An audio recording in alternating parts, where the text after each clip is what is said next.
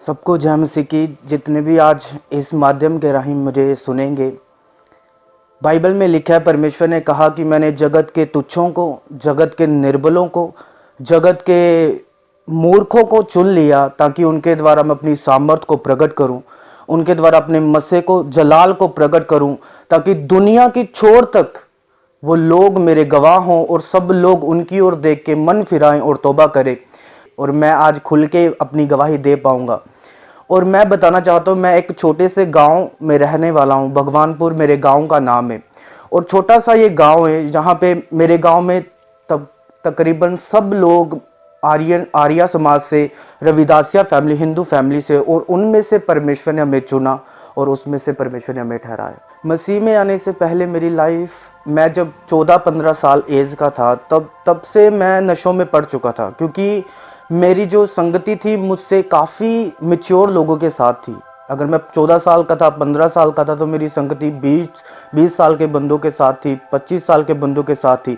तो जो उनके पास हैबिट थी, बैड हैबिट, वो मेरे अंदर आना शुरू हो गई।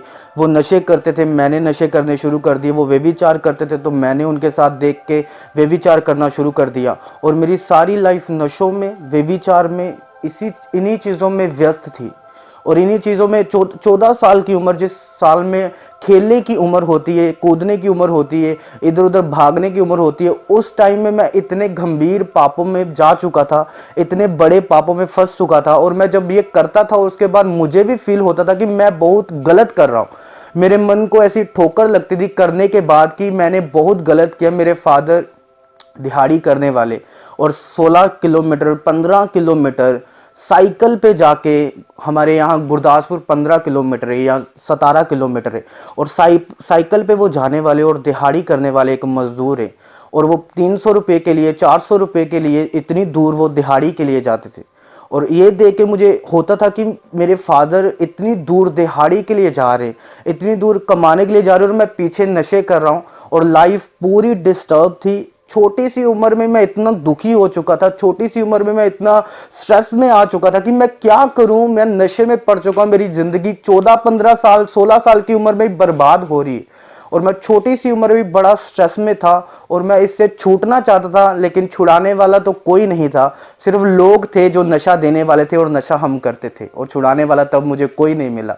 जब मैं नशों में था तो 14 साल, 15 साल की उम्र में मैंने नशे करने शुरू किए। और 18 साल, जब मैं 17 साल का हुआ, यानी मेरे नशे 3 साल लगातार चले। जब 3 साल लगातार चले, जब मैं 17 साल का हुआ, तब मेरे घर पे, ऐसे ही हम घर पे बैठे और हम टीवी देख रहे थे, तो मेरे घर पे वैसे हमारा भाई एक रिलेटिव आया, और उसने मुझे हमारे घर पे, वो चर्च में जा रहा था। उसे 3-4 हफ्ते हो चुके थे चर्च में जाते। उसने प्रभु के काम देखे थे, और घर पे आकर उसने हमें बताया कि हाँ, वैसे तब मैं थोड़ा सा बीमार था, और लोगों को पता था, और उनको भी पता था ये बीमार है, चलो इसकी बीमारी के बहाने हम इसे लेके जाते। मेरे नशे के बारे में मेरी ना तो फैमिली को मालूम था, ना मेरे रिलेटिव दोस्तों को भी मालूम नहीं था। सिर्फ उनको मालूम था जिनके साथ मैं नशे करता था, और किसी को मालूम नहीं था। और जब वो मेरे पास आए तो मेरी फैमिली इकट्ठी, सारे परिवार इकट्ठा बैठा था। वो पता था मेरा ऑपरेशन होना था उस चीज़ के लिए, और उन्होंने बोला कि चलो एक बार चर्च में होके आओ, चर्च में देखो। और मैंने इग्नोर किया उस बात को, कि मैंने कहा मैं नहीं जाऊंगा। लेकिन फैमिली ने कहा ऑपरेशन से चंगा है कि तू चर्च चला जा, ऑपरेशन से बच जाएगा, इस बीमारी से छूट जाएगा। तो मैंने फैमिली की बात को सुना, और मैं अकेला अपने दोस्तों के साथ पहली बार, प्रभु ने मुझे वहाँ ही लेके गया जहाँ परमेश्वर की जीवित हुजूरी, जहाँ परमेश्वर का बड़ा मसा बहता था, जहाँ परमेश्वर के बड़े काम होते थे। पहली बार ही परमेश्वर मुझे खामबरा चर्च में लेके गया। तो मैं वहाँ पे गया, तो पहले दिन तो मैंने देखा क्या हो रहा है, क्या कैसे हो रहा है। पहले दिन मैंने देखा कि हाँ, बीमार लोग चंगे हो रहे, नशे वाले चंगे हो रहे। और जो वचन मैंने सुना वहाँ पे, कि वहाँ मुझे मालूम हुआ कि मैं कितना बड़ा पाप कर रहा हूँ। मैं अपने माता पिता को धोखा दे रहा हूँ, मैं अपनी फैमिली को धोखा दे रहा हूँ, मैं नशे कर रहा हूँ। मैं वचन जब मैंने सुना तो मैंने सोचा कि अभी 1-2 हफ्ता देखते और चलते, कंटिन्यू करते। मैंने और जाना शुरू कर दिया 1 हफ्ता। मैंने कहा चलो, उन्होंने बोल दिया पुलपट में से कि 7 हफ्ते लगातार आओ, तो मैंने कहा चलो 7 हफ्ते लगातार चलते हैं। और जैसे जैसे मैं चलता गया और प्रभु की हुजूरी में गया, वैसे वैसे परमेश्वर ने मुझे छूना शुरू कर दिया। और सबसे अधिक जिस बात ने मुझे बदला, जब स्पिरिचुअल फादर अपोस्टल अंकुर नरोला जी वचन देने के लिए आते थे, जो वो वचन करते थे, तो जब वो वचन बोलते थे, वो एक एक लाइन मुझे छूती थी, एक एक लाइन मेरे दिल को छिदती थी। जैसे बाइबल कहती, पतरस ने प्रचार किया तो हजारों रूहों ने एक ही दम से तौबा कर ली, और हजारों की मंडली एक ही दिन में इकट्ठा होगी, और एक ही दिन में वो परमेश्वर की सेवा करने में जुट गए। और ऐसा हुआ कि जैसे जैसे मैं 1 हफ्ता, 2 हफ्ता, 3 हफ्ता, 4 हफ्ता चलता गया, तो मैंने क्या महसूस किया कि मेरे साथ, मुझे ना तो वो जानते, ना तो वो पहचानते, ना तो मैं कभी मिला, लेकिन उनकी बातें मेरे दिल को छिद रही थी। हर वचन में से वो मुझसे बात कर रहे थे। हर वचन जब होता था, मेरे अंदर वो बात जा रही थी, और मुझे हर टाइम ये महसूस होता था कि मैं पाप कर रहा हूँ, मैं गलती कर रहा हूँ, मैं गुनहगार हूँ। मेरे अंदर वो चीज़ें बंधनी शुरू हो गई। और लास्ट में क्या हुआ, जब नशे मेरे छूटे, जब मैं इन चीज़ों से आज़ाद हुआ, एक बार 5वां या 6वां हफ्ता था, तब मैं प्रभु की हजूरी में जब था, तो प्रभु के दास प्रार्थना कर रहे थे कि हम होली स्पिरिट के लिए प्रे करेंगे, पवित्र आत्मा आप पे उतरेगा, तुम गैर भाषा, अन्य अन्य भाषा पे भरोगे। तब मुझे कोई मालूम नहीं था अन्य भाषा क्या होती है, होली स्पिरिट क्या होता है। 5 हफ्ते वाला मसीही क्या जाने होली स्पिरिट को, अन्य भाषा को, कुछ मालूम नहीं था। और जब मैंने देखा, मैंने जैसे जैसे बोलते कि हाथों को उठाओ, उठा लिया, बोलो हालेलुया बोलते रहे, जिनको गैर भाषा नहीं आती हालेलुया हालेलुया बोलते रहो, वैसे ही हमने करना शुरू कर दिया। और जैसे जैसे जैसे वो बोलते गए, जैसे जैसे मैं वैसे करता रहा, उसी टाइम परमेश्वर का आत्मा एकदम से मेरे ऊपर जैसे उतरा, और मैं परमेश्वर की इतनी प्रेजेंस को, इतने मसे को और इतनी ताकत को मैंने फील किया। और उसी वक्त मैं इतना घूमने लगा, इतना वहां मतलब सर्कल बना लिया अपना, घूमते घूमते इधर गिरने लगा, उधर गिरने लगा, मतलब मुझे होश नहीं रही। और उस टाइम के बाद जब पवित्र आत्मा मुझे मिला, होली स्पिरिट मुझे मिला, गैर भाषा मुझे मिली, तब मुझे रियल में मालूम हुआ कि ये परमेश्वर है, यही सच्चा परमेश्वर है। इसने उस टाइम के बाद मेरा जीवन बदलना टोटली कंप्लीट शुरू हो गया। मेरे नशे उसी दिन से छूट गए। जो मैं इतने नशे करता था, नशे छूट गए। जो मैं पाप में था, सब दोस्त मेरे जो गलत थे, मेरे उनसे उसी टाइम सारा नाता टूट गया, और मैंने अलग सेपरेट अपने कमरे में रहना शुरू कर दिया, अपने रूम में रहना शुरू कर दिया। मैं मसीह में आने के बाद 1 साल, 1.5 साल, 2 साल सिर्फ अपने रूम में रहा हूँ, किसी से नहीं मिला। और प्रभु ने मुझे अपने रूम में ही तैयार किया। सिर्फ मेरे हाथ में मोबाइल होता था जिससे मैं वचन सुनता था, बाइबल होती थी जो पढ़ता था, प्रेयर रूम होता था जहाँ मैं प्रे करता था, बस। इसके अलावा मेरा कोई भी ना तो फ्रेंड रहा, ना तो कोई ऐसा सर्कल रहा। 2 साल मैं परमेश्वर के साथ ऐसे ही चर्च में जाना, वापस आना, घर पे बाहर नहीं जाना, बाइबल, प्रेयर और प्रभु की हजूरी में रहना। 2 साल लगातार मैं ऐसे ही रहा, और ऐसे परमेश्वर मेरे जीवन को पवित्र आत्मा भरने के बाद चेंज किया। जब मैं प्रभु में आया, तो मैंने आपको बोला कि अब जब मैं प्रीच सुनता था, को एक एक वचन मुझे टच करता था, और वो प्रीच में ये भी बताते थे प्रभु आपको इस्तेमाल करेगा, वो आपको ऐसे इस्तेमाल करेगा, वो आपको पास्टर के रूप में इस्तेमाल करेगा, वो आपको इवेंजलिस्ट के रूप में इस्तेमाल करेगा। मैं आपको पुलपट से बोलते थे कि मैं आपको मसा करता हूँ इवेंजलिज्म करने के लिए, मैं आपको मसा करता हूँ लोगों को सुसमाचार सुनाने के लिए। और उनकी एक बात मुझे वहाँ छुई थी, उन्होंने बोला था कि आपकी जो गवाही है वो आपके लिए प्रचार है, आप अपनी गवाही दो, ये प्रचार है लोगों को। और मैंने क्या किया, सबसे पहले हम पहले ही जाना शुरू नहीं कर देते। सबसे पहले मैंने रिलेटिव को, अपने रिश्तेदारों को, जितने भी मुझे मिल ले, मैं जहाँ कहीं भी जाना, मैंने अपनी गवाही बतानी शुरू कर दी। मैंने बोला, बताना शुरू कर दिया प्रभु ने मुझे कैसे बदला, परमेश्वर ने मुझे कैसे जीवन चेंज किया, सबको बताना मैंने शुरू कर दिया। धीरे धीरे करके परमेश्वर ने ऐसा माहौल बनाया कि कुछ मेरे साथ और भी यूथ था, 4-5 बंदे और थे जो मेरे साथ चर्च में रेगुलर आते थे। उन बंदों को परमेश्वर ने मेरे साथ मिला दिया, और वो बंदे, हम इकट्ठे मिलके हमने एक फैसला कर लिया कि हम संगति करना शुरू करेंगे। हम शुक्रवार का एक टाइम रखेंगे, हम संगति करेंगे, हम बैठेंगे, हम प्रभु का नाम लेंगे। जैसे पहले दिन, मुझे आज भी याद है, जब हम पहले दिन संगति की थी, हम बेड पे थे और 4 बंदे 5 बंदे थे हम, और बेड पे हमने वर्शिप की। मैंने खुद वो पहली बार डर डर के क्योंकि मैं डर इसलिए रहा था, मैं 18 साल का 17 साल का, और मेरे सामने 25 साल के बंदे, 30 साल के बंदे, और उनके सामने मैंने प्रीच करना, और वो आए भी प्रभु में मुझसे पहले, और उनको बताना प्रभु के बारे में। और जब मैं जानता हूँ वो डर डर के मैंने उनको बोला था कि कहीं ये मेरे ऊपर एक्शन ना ले ले कि तू कैसे हमें समझाने वाला कौन हुआ, हम पहले चले। तो मैंने उन्हें डर डर के प्रीच किया, क्योंकि उस टाइम मैं शाइनेस भी बहुत था मेरे अंदर, शर्मिला बहुत था। स्कूल में मैंने जाना और कभी भी खड़ा नहीं होना, मैंने घर पे पढ़ के जाना कि मैं ये टीचर की डांट पड़ेगी, ये पढ़ के जाना है, पढ़ के जाना। और जब मैंने स्कूल पे टीचर ने खड़ा करना कि उठो सुन बताओ क्या, कुछ भी क्वेश्चन करना, तो मैं उत्तर दे नहीं पाता था, बावजूद कि उत्तर होता था मेरे पास। इतना शर्मिला था मैं अपने स्कूल टाइम में, बहुत ज़्यादा शर्मिला था।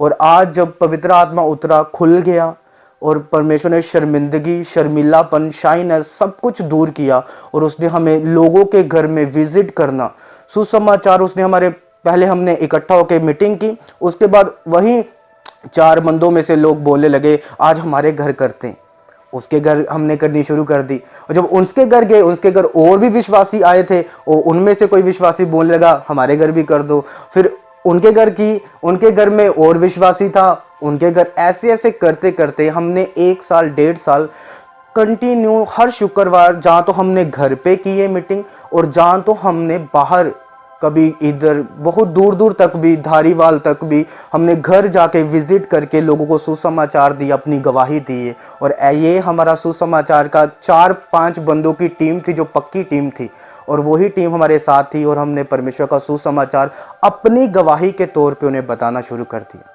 सबसे पहले कि जब मैं प्रभु में आया था तो मेरी फैमिली वो विरोध नहीं करती थी, वो सिर्फ एक बात के खिलाफ थी कि बपतिस्मा मत लेना। वो साढ़े इत्थे बोलते नामदान ना लें, तो वो कहते सी कि बपतिस्मा नहीं लेना, बाकी जा भाई सारी उम्र जाता रह, पर वो नहीं तू करना, वो काम नहीं करना, आप उन्हां च रलना नहीं है, आप सही नहीं बनना, तू जाता रह भाई पूरी उम्र जाता रह, पर यह काम नहीं करना। लेकिन परमेश्वर के दास का वचन एक मेरे मन में आया, और उसने जब मैं प्रीच कर रहे थे, मैंने सुना, उसने कहा, परमेश्वर के दास ने कहा, अगर आपने बपतिस्मा नहीं लिया तो आप स्वर्ग के राज्य में वो बाहर ही खड़े हो, अभी आप परमेश्वर के राज्य में आए ही नहीं हो, अभी परिवार का आप हिस्सा बने ही नहीं हो, अभी आप परिवार में होते हुए भी एक नाजायज संतान हो, कि घर में नहीं हो, अभी आप गेट के बाहर खड़े हो और परमेश्वर को बोल रहे हो प्रभु मेरी सुन, प्रभु मेरी सुन, और प्रभु अंदर बैठा है, प्रभु कैसे सुनेगा अगर हम अंदर नहीं आएंगे तो। और ये वचन ने मुझे हिला दिया, और मैंने कहा मैंने ना तो अभी परिवार वालों से बात करनी, ना तो फैमिली से किसी से बात नहीं करनी, मैंने जाना और बपतिस्मा लेने ना। और मैंने रात को क्या किया, अपनी पैकिंग कर ली, सब कुछ बपतिस्मे के लिए कपड़े तैयार कर लिए कि मैंने ये बपतिस्मे के कपड़े होंगे, सब कुछ करके मैं तैयार हो गया। जब सुबह मैंने जाने की घड़ी है, बस जाते जाते मम्मा को बोल दिया कि मैं अब डुबकी मार के आऊँगा, अभी जीवन दे के आऊँगा प्रभु को। तो उन्होंने थोड़ी सी बस स्माइल की, तो मुझे पता लग गया कि हाँ प्रभु ओके है। और मैंने गया, मैंने बपतिस्मा लेके मैं वापस आ गया। और लोगों की जो बातें, बहुत हमारा जो गांव है, हमारा पूरा गांव रविदासिया गांव है, आर्या समाज के लोग हैं, और यहाँ पे कोई भी क्रिश्चियन नहीं है या कोई भी अन्य लोग नहीं है, सभी अन्य जाति है। तो अगर अन्य जाति सब लोग हैं तो विरोध होना तो जायज़ सी बात है। और बहुत लोगों ने बहुत कुछ कहा, बहुत कुछ हुआ, यहाँ तक कि लॉकडाउन में जब हम प्रभु की आराधना करते थे कमरे में, रूम में, हमारी आवाज़ को जब ढोलकी की आवाज़ आती थी तो लोग बाहर आते थे, गालियाँ निकालते थे, लोग बाहर आके हमें ऊंची ऊंची आवाज़ में नारे लगाते थे, वो वड्डे सा यो बाहर निकलो। और बाहर डांगे पकड़ी होती थी उन्होंने, और ऐसे ऊंची ऊंची आवाज़ में आवाज़ लगाते, वो वड्डे सा यो बाहर निकलो, वो वड्डे लोगों तुसी वड्डे रब नूं मनन वाले बाहर आओ, तुहानूं दसदे आपां किद्दां मन्नीदा।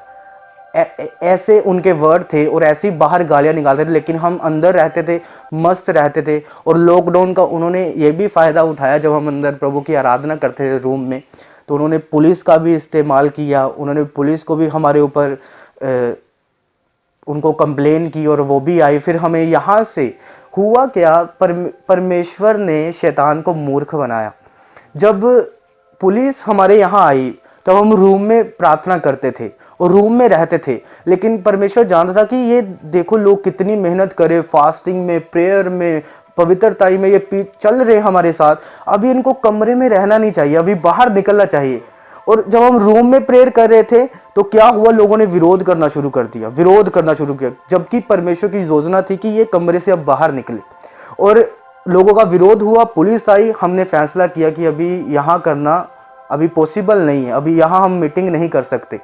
तो हमने क्या डिसाइड किया कि हम अब इस गांव में जाएंगे, हमारे पास ही गांव है, उसका नाम है भगवानपुर गांव। और हम एक ही दिन जब हम मीटिंग करने के लिए वहाँ गए, जब मीटिंग करने के लिए वहाँ 20-25 लोग थे, एक रूम में ही हमने की थी। विरोध होने का क्या फ़ायदा होता है, आज भी जिन लोगों के विरोध होते हैं, ये बात आप सुन लो कि विरोध के बाद जो परमेश्वर हमें देता है वो अनबिलीवेबल, बड़ी ऊंची आशीष देता है परमेश्वर हमें।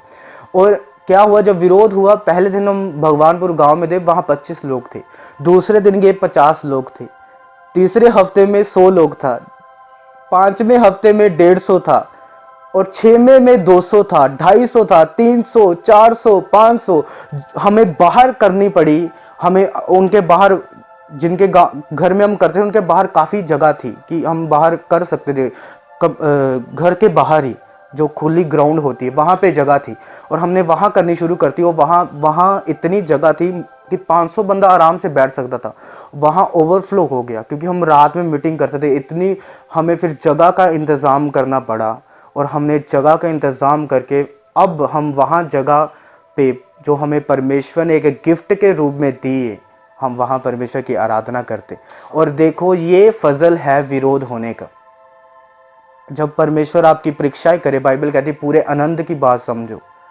जब शैतान आपकी परीक्षा करे तब भी पूरे आनंद की बात समझो, क्योंकि उसके बाद प्रभु का बड़ा हाथ, बड़ा सामर्थी हाथ आपके सिर पे आएगा और आपको इतना आगे फैला देगा कि आपके विरोधी चाहे टांग पकड़ ले, सिर पकड़ ले, पीछे हाथ लगा ले, आपको खींच नहीं पाएंगे। फिर आप आगे बढ़ते जाएंगे यीशु मसीह के नाम। सबसे पहले जो क्रिश्चियनिटी बढ़ रही है उसका एक कारण है। उसका कारण ये, क्योंकि क्रिश्चियन एक धर्म नहीं है। क्रिश्चियन नाम का जो हम ईसाई नाम का शब्द इस्तेमाल करते हैं, बाइबल में है ही नहीं। क्रिश्चियनिटी क्यों बढ़ रही है, सवाल यह यहाँ पे आता है, क्योंकि हर धर्म हमें शारीरिक लड़ाई लड़ने के लिए बोलता है, लेकिन प्रभु यीशु मसीह ने कहा जो तेरे एक गाल पे लगाए दूसरा गाल भी उसकी ओर फेर दे। क्रिश्चियनिटी बढ़ने का एक ही रीजन है कि क्रिश्चियनिटी विरोधियों को माफ करना सिखाती है, विरोधियों से प्यार करना सिखाती है, पड़ोसी से प्रेम करना सिखाती है। और जितना मनुष्य दूसरे मनुष्य से प्रेम रखेगा वो धर्म बढ़ेगा ही बढ़ेगा। जो लड़ना सिखाएगा वो धर्म सबसे नीचे होगा। जो धर्म हमें प्यार करना सिखाता है, जो धर्म हमें प्रभु के नाम में चलना सिखाता है, जीवन जीना सिखाता है, लोगों से प्यार करना सिखाता है, किसी को बोलता कि एक गाल पे मारे दूसरा भी कर दो, तो वो क्यों धर्म में प्रभु को कबूल नहीं करेंगे। वो जहां लोगों को प्रेम मिलेगा, लोगों को प्यार मिलेगा, सब लोग आएंगे। इसीलिए 400 करोड़ की पूरे वर्ल्ड में क्रिश्चियनिटी की आबादी है, नंबर 1 पे क्रिश्चियनिटी है। क्यों? क्योंकि परमेश्वर का प्यार क्रिश्चियन लोगों में, और वो प्यार बांटते हैं, प्यार करते हैं, इसीलिए लोग जुड़ते हैं। और क्रिश्चियन धर्म बदल रहा है, ना कि पैसे देने में और पैसे देके धर्म बदलने में। हम प्यार देके लोगों को अपनी ओर खींचते हैं, हम प्रभु की क्रूस देके अपनी ओर खींचते, प्रभु का ब्लड के बारे में उन्हें बताते, देखो ये ब्लड आपके पापों के लिए बहा। प्रभु की वो क्रूस दिखाते, प्रभु को वो पापी के बारे में बताते जो दाहिनी और क्रूस में खड़ा था और माफी मांगी थी, और प्रभु ने उसी वक्त उस पापी को माफ किया था। हम उस चीज के बारे में बताते तो लोग आएंगे। जिसने अपना कीमती लहू पूरे जगत के लिए बहाया तो लोग आएंगे। तो लोगों ने क्या करना, लोगों ने जो शारीरिक बंदा, बाइबल कहती है वो शरीर की बातों पे मन लगाता है। अब होता क्या है कि लोगों को बोलने के लिए कुछ नहीं है, तो उन्होंने कुछ ना कुछ तो अपने मन से निकालना ही है। अब कोई देखता कि हाँ वो धर्म बढ़ रहा है, हमारा धर्म घट रहा है, हम ये कर देंगे, तो वो अंदर से कुछ ना कुछ ऐसा निकालेगा ही जिससे उस धर्म को इफेक्ट हो, जिससे क्रिश्चियनिटी को इफेक्ट हो। वो अंदर से ऐसी बातें निकालेगा ताकि लोग इसको सुने और ठोकर खा जाएं। लेकिन क्रिश्चियन लोगों को, मसीही लोगों को ठोकर नहीं खानी। आपने ठोकर नहीं खानी, आपको कोई बोले पैसे देके बदलते हैं, हमने इतने दिए, हमने इतने लिए, हमने, तो उनको बोलो भाई हम चलते तुम्हारे साथ, तुम हमारे साथ आओ, देखो बाकी मिलते हैं या नहीं मिलते। वो बात अलग है कि क्रिश्चियन लोग प्यार करने वाले, लोगों का भला करते, लोगों को खिलाते, लोगों को जब खाना नहीं होता उनके घर में खाना राशन देते, उनके घर में सब सुविधा देते, उनके घर में कपड़ा देते। वो हमारा प्यार है, और यही प्यार क्रिश्चियनिटी को बढ़ा रहा है, ना कि पैसा क्रिश्चियनिटी को बढ़ा रहा है। जितने भी मेरे भाई मेरी बहनें जितने भी अंधकार में हो, क्योंकि हर बंदा अंधकार से ही निकलता है, और परमेश्वर ने कहा मैं जगत की ज्योति हूं। आप अंधकार में हो, आप पाप में हो, आप दुखों में हो, आप किसी भी तरह से शैतान ने आपको कुचला हुआ है, परमेश्वर ने कहा मैं जीवन की ज्योति हूं। आपने परमेश्वर के पीछे चलना है, आपने प्रभु के भवन को छोड़ना नहीं है, आपने संडे मैरिज को अटेंड नहीं करना, आपने संडे किसी फंक्शन को अटेंड नहीं करना, आपने हर संडे परमेश्वर की हुजूरी में जाना है।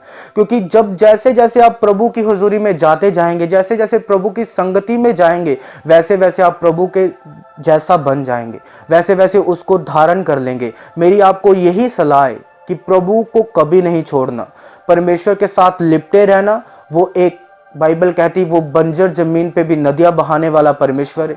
वो आपके सूखे में भी एक जल की धाराएं बहा देगा परमेश्वर। आपकी बीमारी में भी वो ऐसे रास्ते निकालेगा। कई बार परमेश्वर आपको परीक्षा के रूप में परखता है, कई बार परमेश्वर आपको देखता है। आपको देखो, मैं जब परमेश्वर के पास गया था तो मैं बीमार व्यक्ति के रूप में गया था। मैं बीमार था इसलिए प्रभु के पास गया था, और बीमारी को परमेश्वर ने कई सालों तक खत्म नहीं किया, लेकिन देखो परमेश्वर ने मुझे इस्तेमाल करना शुरू कर दिया। इसका मतलब कई बार परमेश्वर आपकी बीमारियों को, आपके दुखों को, आपके हालातों को वो इस्तेमाल करता है अपनी योजना को, अपनी बेस्ट मर्जी को, अपनी जो परफेक्ट प्रभु का प्लान है वहां पे लेके जाने के लिए, वहां पे आपको खड़ा करने के लिए। वो गरीबी को भी इस्तेमाल करता है, क्योंकि मैं गरीबी से निकला हूं। मैं जानता हूं मेरे फादर, हम कितने मिडिल क्लास फैमिली से हैं हम जानते हैं, लेकिन आज वही मिडिल क्लास चीज़ को हमने कोसों दूर फेंक दिया है। वो हमारे लिए गरीब बना, क्योंकि उसके गरीब हो जाने से हम धनी हो जाएं, हम आशीषित हो जाएं। तो हमने प्रभु के पीछे चलना है, प्रभु को छोड़ना नहीं। सब कुछ आपका है, प्रभु ने आपके लिए बनाया है। किसी भी चीज़ की प्रभु आपको घटी नहीं होने देगा।